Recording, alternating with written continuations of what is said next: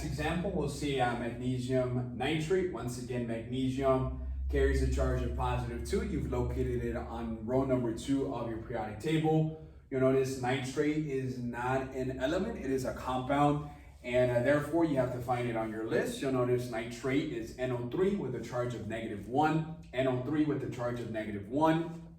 So therefore I'm combining magnesium and a nitrate, that is MgNO3. My charges are different though. I got +2, -1. That means I need twice as much of the nitrate in order to balance out with my charge of the magnesium. So sometimes you'll see that the compounds, although they seem longer, their charges are less than the smaller elements. And that's just based again on the charge. So sometimes you need multiple of the compounds to balance out the single element. So again, you do not change the number with the nitrate.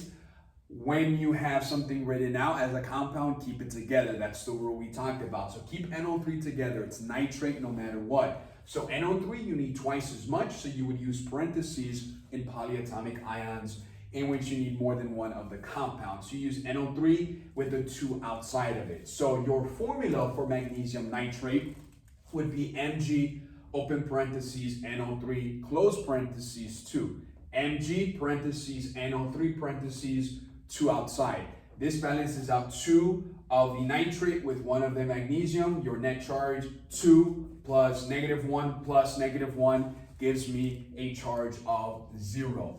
Again, when this is the formula, if it says what's the formula for magnesium nitrate, you would put Mg and then the rest of it. If it asks you to name, what is the name of this compound, you would call it magnesium nitrate. Again, you do not change the compound name. You do not call it nitrite. As you recall, nitrite is an ion, a negative ion of nitrogen. So nitrite is N-1. You don't want to do that because this is a completely different compound. You would get that wrong. You would keep nitrate, which automatically allows us to think NO3. So again, don't change the name of the compounds that are already given.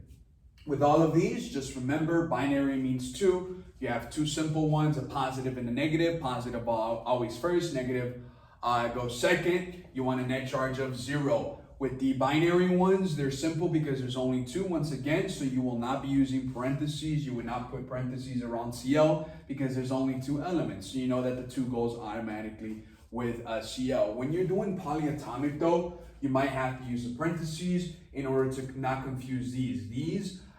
You have 2 of the nitrate. When it comes to the charge, the charge applies to the entire compound, not just to oxygen or not just to one part of it. The entire compound is -1, so you need 2 of the entire compound to do so. So keep that in mind when you're doing this.